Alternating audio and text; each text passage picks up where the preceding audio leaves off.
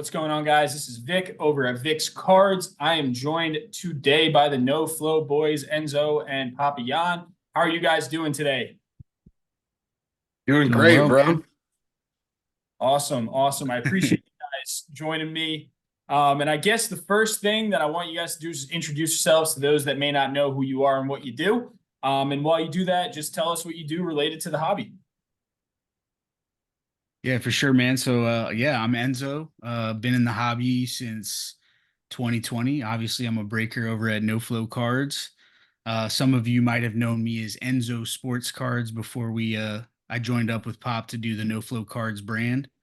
But yeah, that's pretty much that's my hobby footprint. I'm Papillon, the other half of No Flow Cards. Papillon's not my real name, but it's just what I go by. Yeah. I've been in the hobby since 2020. I really enjoyed I've always enjoyed sports. Enzo and I used to play a lot of like Madden and Madden Ultimate Team. And it was the biggest gut punch every year when the season ended and all of the money and time that you put into your team is gone. And the next year you got to start all over. And I got into this hobby and I was like, yo, Enzo, this is like Ultimate Team, except like I get to keep my stuff. And it's kind of how it all started. And I got into breaking and um, was doing that on my own, doing my own thing as Enzo was doing his own thing. And we ended up coming together, starting No Flow, and the rest is history. Awesome. Yeah. And as some people may know, I've been in my fair share of breaks with you guys and have done pretty well. Just getting cards back and just hanging out. I think the atmosphere is a crucial part of it as well. So I guess the big question that is on my mind and on other people's minds is how did you get into breaking? Because that seems like a place I see on Twitter where people trying to run these breaks, they get nothing. It really is something where you really need that consistent foot traffic. And I just want to know how you guys got into that and able to make it quite successful. Yeah, so when I had gotten into the hobby, it was really shortly after COVID. I was in international sales, and COVID threw off supply chain completely, and it really like put a dent in what I was able to be making at the time. So I was trying to find something else to do with my time, and I listened to a lot of Gary Vee. I know some people love him, some people hate him, but he had mentioned sports cards in one of his many podcasts. And I was like, let me just see what this is about. And I literally went on Twitter. I made a brand new Twitter, Papillon Trading, and I just started following card people and I started learning about the hobby. I knew nothing. Like I had cards as a kid, but I didn't even really collect as much as I had cards, right? Like it didn't interest me like that. Um, I just started learning the hobby, and I joined my first break, and I hit an auto, a Pen Pals, was it Pen Pals Jerry Judy, All right. All right. and and I was like, this is sweet. I like this. And I started watching more breaks. And then I was like, you know what? I can do this. And I started to, and I was literally just streaming from my phone live straight to Twitter. And it was 2020, so it was the Wild West. So like Oh yeah. anything would fill. Like you could be like, yo, I got a box of Oreos and a Mosaic Mega, and that random divs, that shit would fill. And I think like I was lucky enough to have that experience because I got to learn this hobby and I made plenty of mistakes. I lost a lot of money when I was doing things on my own. Um, that's just not my forte. But I learned a lot about this hobby, and now with Enzo, it's like a perfect marriage because he really helps out with all that stuff, and I get to use all the knowledge that I've gained over these years and help our business that way. But yeah, dude, it literally just was me on my phone, and then I told Enzo, I'm like, dude, come on. You got to do this with me. He's still like Yeah, it was playing Ultimate Team. I'm like, bro, please. I think we lost him, but he'll come back. Um, but yeah, that's awesome. That's awesome to hear that, you were grinding on the cell phone and just live streaming it on Twitter. And that's kind of how you got into it. But we'll give him a second to hop back in. But if you want to add anything else about your journey, like through the breaking process, I see you guys posting pretty consistently. And I know that there's got to be a ton of movement, whether it's, the boxes are coming in, product is going out to customers. And I'm sure that's got to be something that people don't even realize in the breaking process, packing the cards up and shipping them out has to be, something. Yeah. Yeah, so I think it's very easy to see a break priced on Twitter and being like, okay, that box is $400 on eBay. There's 30 people, they're paying this. How's that $750? Yep. That doesn't make sense. The breaker's making $350. And then you're like, well, you got to take out X% for fees depending on your platform, whether it's PayPal goods and services, a website, any of the big district, whatnot, Fanatics Live, all of it. Like you have a fee there, and then sales tax, and like all this stuff you have to like keep in mind. Yeah, this he's back. There's just a lot of moving parts that people don't understand. They think that all you guys do is rip the product and create an awesome atmosphere. But when the stream ends and the product's got to go to customers, I'm sure that gets very tedious, especially when you're running multiple breaks on multiple products with multiple customers over So different. we always talk about the night show, right? That's kind of our shtick.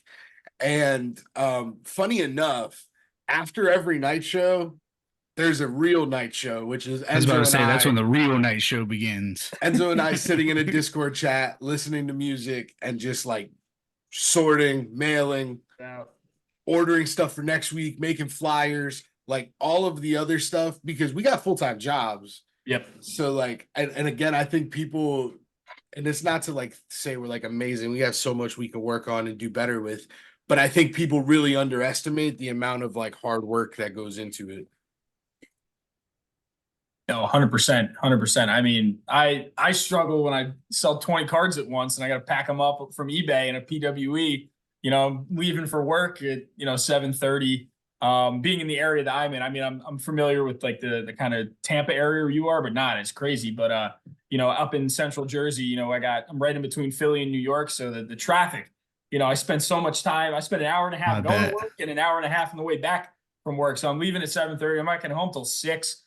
Sometimes packing cards, I'm just like, oh man, that'll be in the morning. And then the next thing I know, I'm like, do it when I get home. So totally understand, especially with the full-time job and everything. Yeah, if you ever see Enzo and I dropping Kobe gifts anywhere, it's literally most of the time it's just a reminder to like each other that like we're working.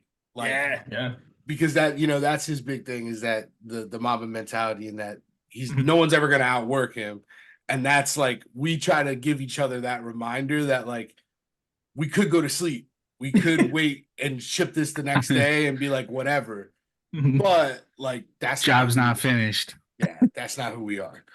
That's right. So I guess piggybacking off of that, going through the challenges, what is the hardest thing about breaking that people don't always think about besides the shipping aspect and all the moving parts?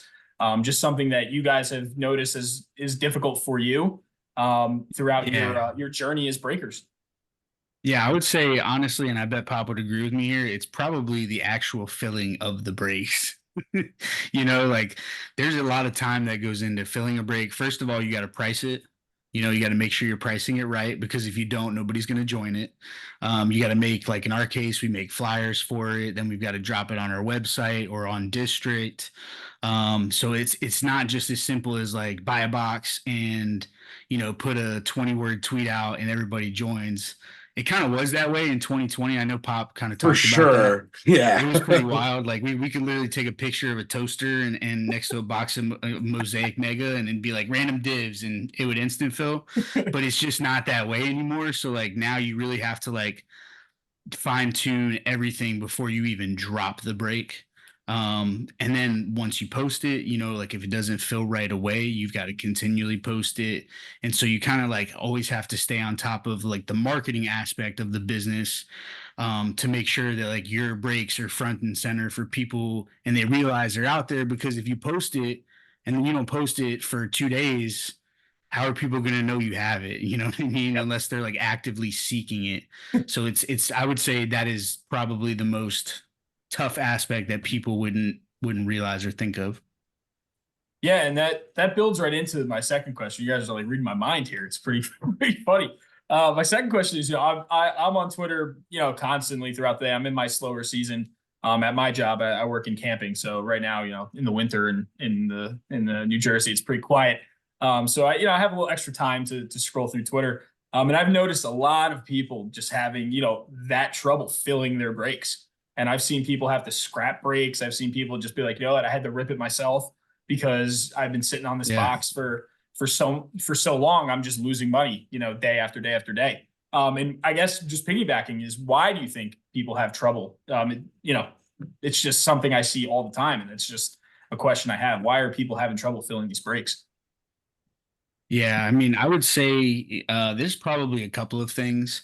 Um, Obviously, like the economy isn't in the same spot that it was post COVID. Like when people were getting those COVID relief funds, and I mean, I work in finance as my day job, so like I know that like spending was pretty wild back then, and like obviously with the hobby, you were seeing like singles wax prices 5 6x year over year from 2019. And I think what we're experiencing now is like a correction back to what the hobby was pre-COVID. Probably still a little more than what it was in 2019, but I think you're experiencing a correction of singles prices. So like singles are down lower than they've been since before 2020. Box prices have kind of stayed the same. Sometimes some are going down, some are going up. So I think what you're seeing is people just kind of being smarter about what they buy into, being more selective. Maybe they don't have as much disposable funds. But yeah, I mean, it's something that we definitely notice. We try to stay on top of by, adding that value of like entertainment, right? Like Pop always talks about the night show, and I mean, we really try to make it just that, like it's very easy to look at what we do as transactional. You're buying cards from me, but we try to make it more than that so that people actually are incentivized to come hang out, to come break with us, because we know that I mean, you could go on Twitter right now, type in break, and you will see a lot of options. So, Oh yeah. Oh yeah. yeah. Yeah, and I think to that point, piggybacking off of what Enzo was saying, it's like what what value is there compared to others? And it's like there's so many different pricing options right now between people that are getting direct, people that are buying straight off eBay, people that are buying through a distributor. There's all these different price points now. And I think it's very easy to, as a consumer, to look like lowest price. But I've had experiences where I buy into someone's break because it was a great price, and I get the cards, and there's my four base cards that I hit, and they're just in a team bag, in a bubble mailer, and that's it. Just Yep. and I personally like that. That's not for me. So if I actually made a post about this on X, where it's like, if you can either look at price or look at value, and like price is what you pay, but like value is what you actually receive. And to Enzo's point is like, we can't guarantee what cards you get. Yeah. We just open the I box, wish. right? But we can guarantee that if you join the break, or if you're just in chat, you're gonna have fun. We're gonna joke. We're gonna 100%. we're gonna talk to you all in chat. We're going to ask y'all to pick the box. We're gonna say, "Oh, you're new. Oh, hey, welcome to Flows." All of our goofy stuff that we do, and really, it's because I can't promise the card, but I can promise that. And Enzo and I stand on that, and that's why we operate the way we do. And I think a lot of people battle on price.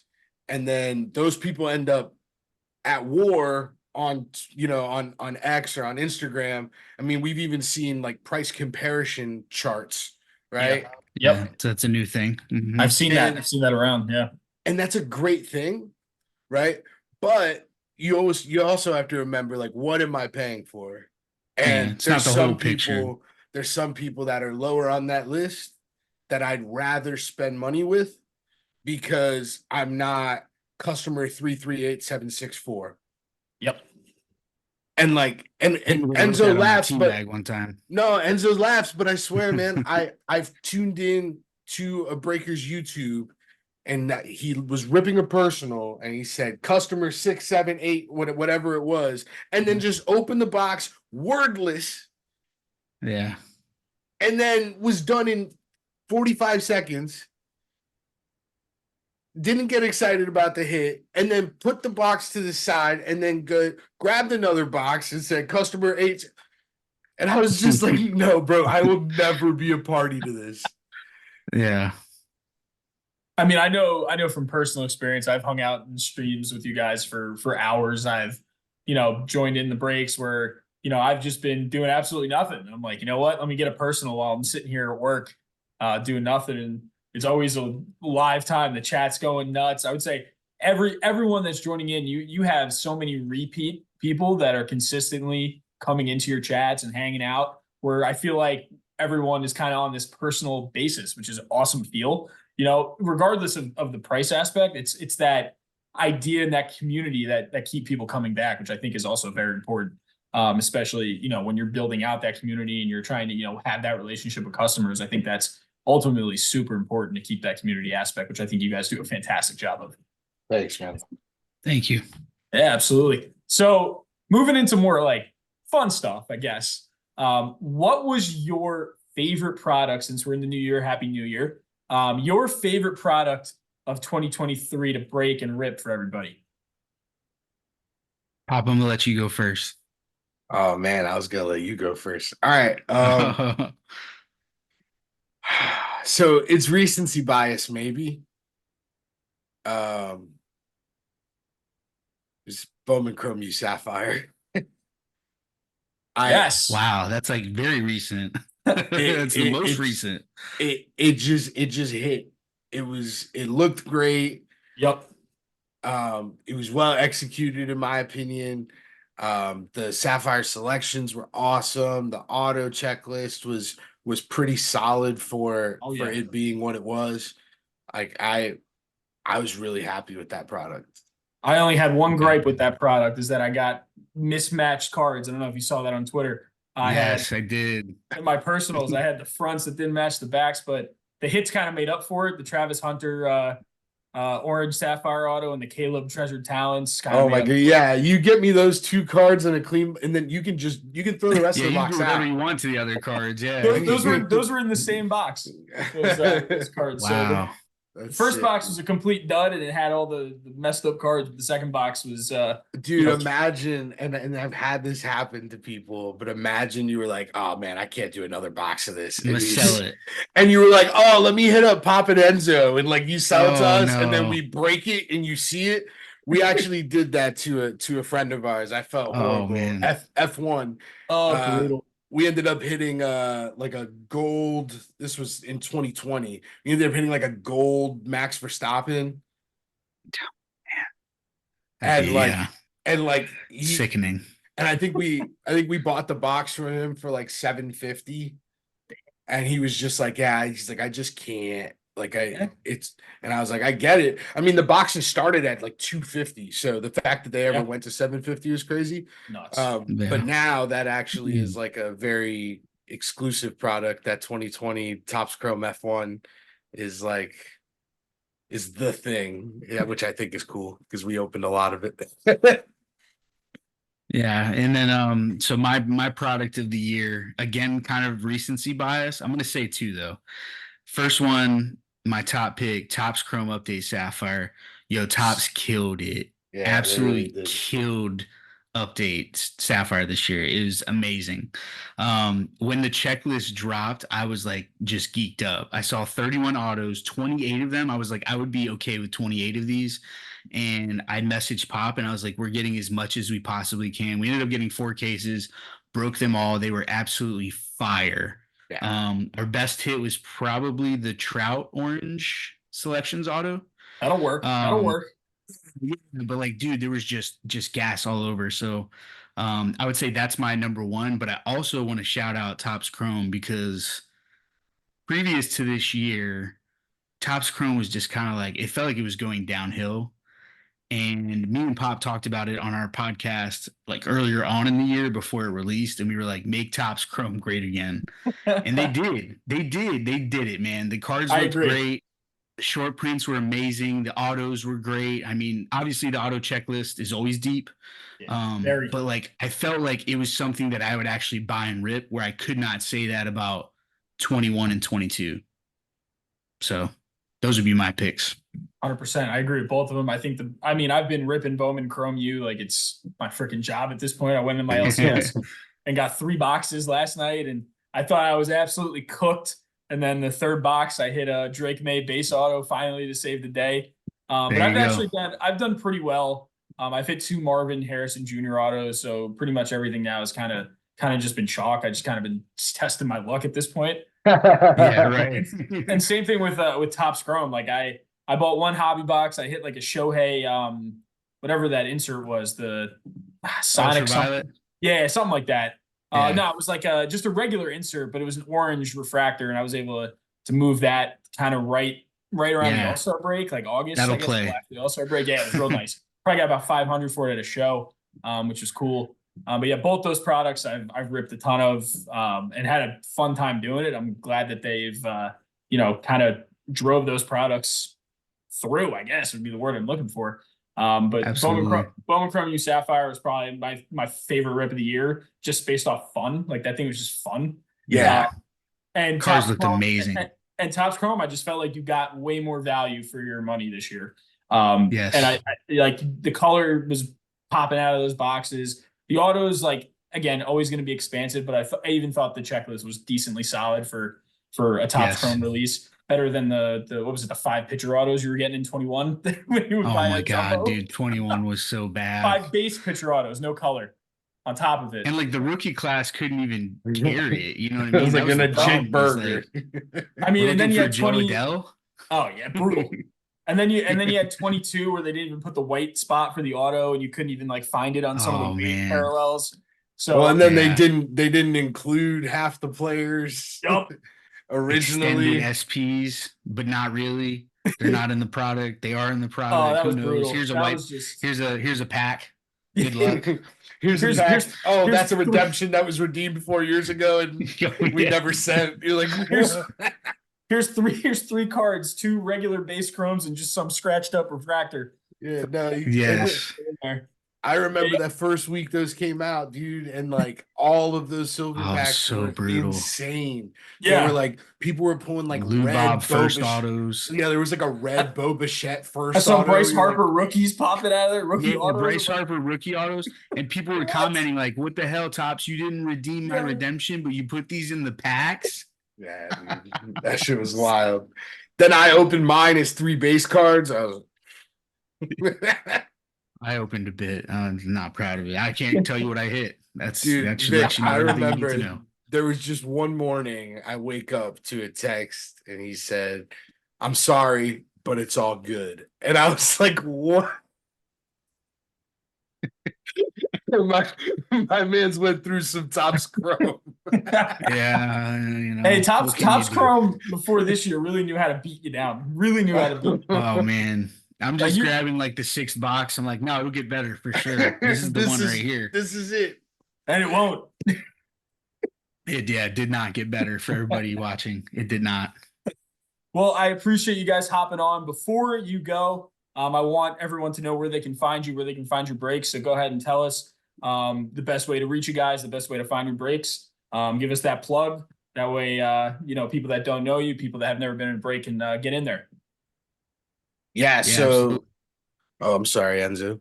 Best place to find all of our stuff is going to be everything's at NoFloCards.